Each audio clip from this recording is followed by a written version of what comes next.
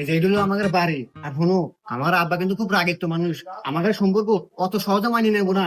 আমাদের টেকনিক খারাপ নাকবো, আমাদের বুদ্ধি খারাপ নাকবো, বুঝছো? আমি আব্বার ডাক দেবো, তুমি একটু অসহায় সাজবে, ইতিম সাজবে, সাজে আমার আব্বার কাছে একটু আশ্রয় চাইবে, ঠিক আছে? আচ্ছা ঠিক আছে, আচ্ছা তুমি থাকো, আমি আব্বার ডাক দিই।